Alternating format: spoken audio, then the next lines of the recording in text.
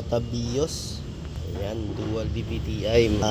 Ito model ng ano to, 2023. Bali, nangyari ngayon, linis tayo ng throttle, tsaka intake manifold. Yung RPM niya is hindi gumagalaw, no?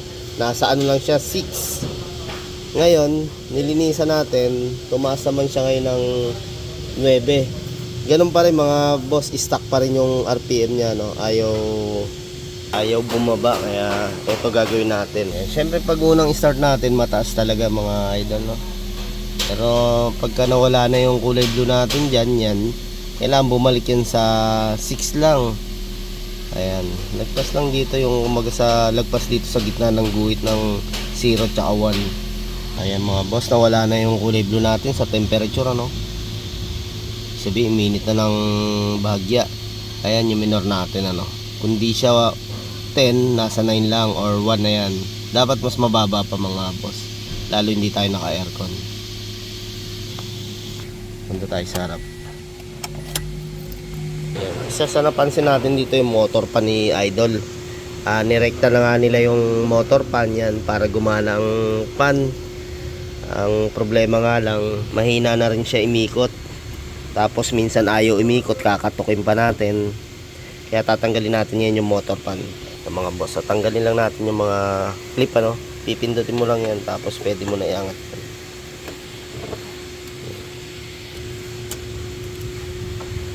Yan.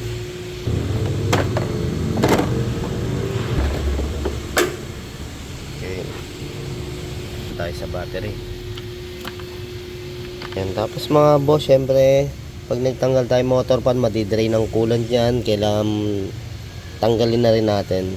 At 100k mileage na rin mahigit, pwede nang palitan. Okay, simulan natin, tanggalin natin to air filter para maluwag. Mga boss, tanggalin na rin natin yung housing ng air filter. And tapos makikita natin yung drain plug, nandito lang mga boss, oh.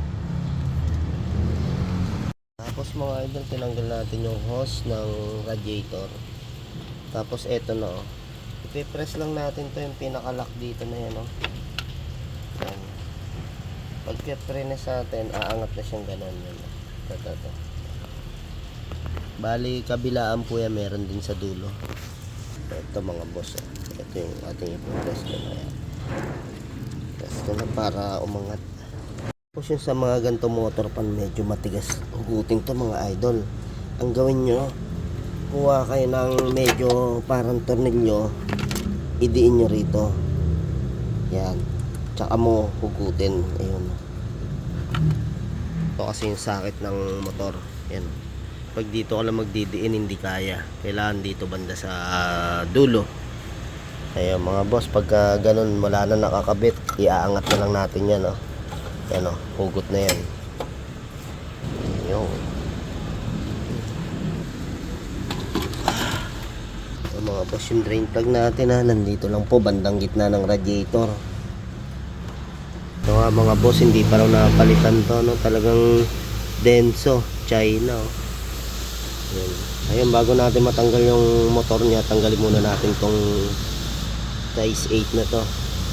Ayan mga boss, dito naman sa ganito, basta okay pa yung pan natin na to, motor lang ang pinapalitan.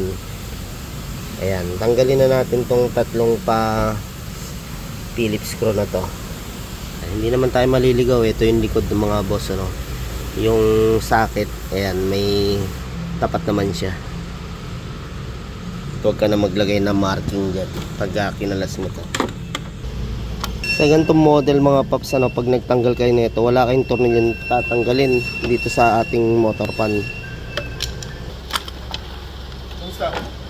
Yung mga boss, sa ganitong pan motor, marami tayong makukuha na klase, no? Yung original makukuha nyo, nasa 9 to 10k ang halaga mga boss, pero may nakalagay din naman din. So yan, original yan, no? Yan, basta ganito original yan. May natanungan tayo 4.5, tapos 3.5, meron naman yung 3,000. Ito denso rin kinuha natin mga boss, binigay sa atin to ng 3.5 naman daw, denso. Toyota Denso. Halos parehas naman. Talagang sira na to, ayaw na sumabay ng magandang ikot mga boss. Medyo stuck na. Ito talagang okay to. Yan, kabit natin mga boss, ganyan lang din po yan. Swak na swak. Kasi ito lagi ditong pwesto. Mga boss, ano, yung hindi lang talaga original ang mga ganito, medyo sa pilitan ng tornilyo, medyo pit na pit. Hindi gaya ng ano talagang swak. Ito medyo hahapiti mo talaga para pumasok. Yun, syempre linisin muna natin mga boss. Okay, yan na mga boss, nalinisan natin. Syempre bago natin ikutin nyo muna, baka mamaya sumasabit, no? Okay, yun mga boss, tapos sigpitan natin to. Size 8 lang po ito, no? Yung tornilyo natin dito. Tapos konting punas-punas, bawas ng libag-libag bago natin salpak. Ayun mga boss, nalinisan na natin ng yung kobe ng motor pan. Pwede na natin ikabit. Tanggalin muna natin yung ibang dumi rito. Hindi naman ganun kadumi.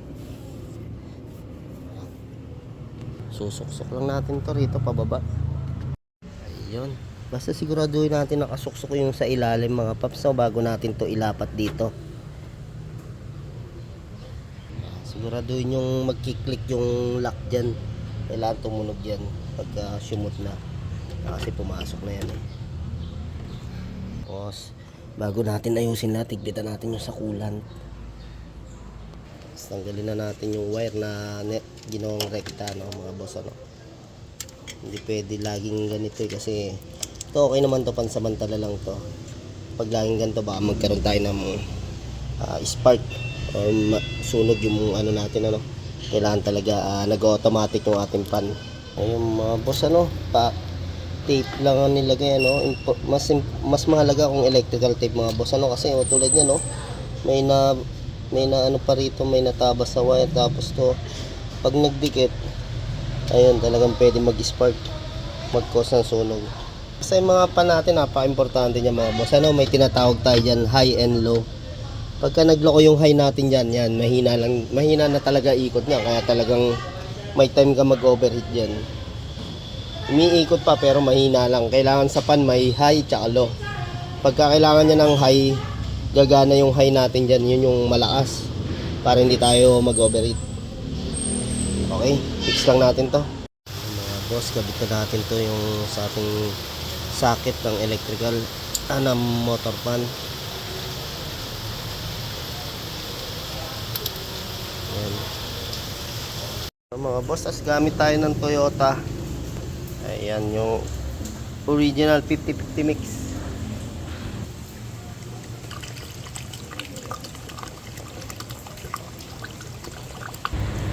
Okay, ito yung na-drain natin kay bossing. Halos ubos tayo dito ng 3 liters. Ayan mga boss, kinakabit na natin yung mga hose. Ayan, tapos ipitan natin yung mga clamp na nilugan natin para walang singaw. Pag may singaw po kasi cause na magpapalya yung sasakyan natin. Okay, kabit na natin yung battery. Yan, okay. Start na natin. Okay, start natin mga boss.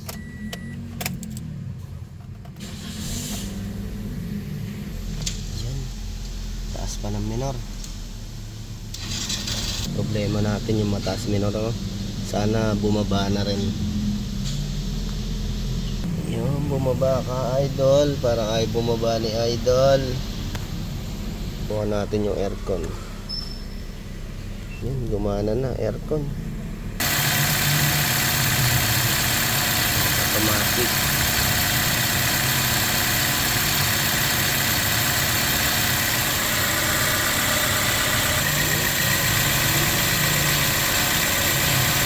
Yan mga boss, nag-aircon tayo. Yan, normal na yun, nasa 8 no, pag naka-aircon. Yan, okay. Okay mga boss, oh. Naayos na rin. Yung magandaan pati nag-automatic. Pagka malamig, titigil siya mga boss. Yun ang maganda sa pan, motor pan. Tinigil na naman siya. Yan.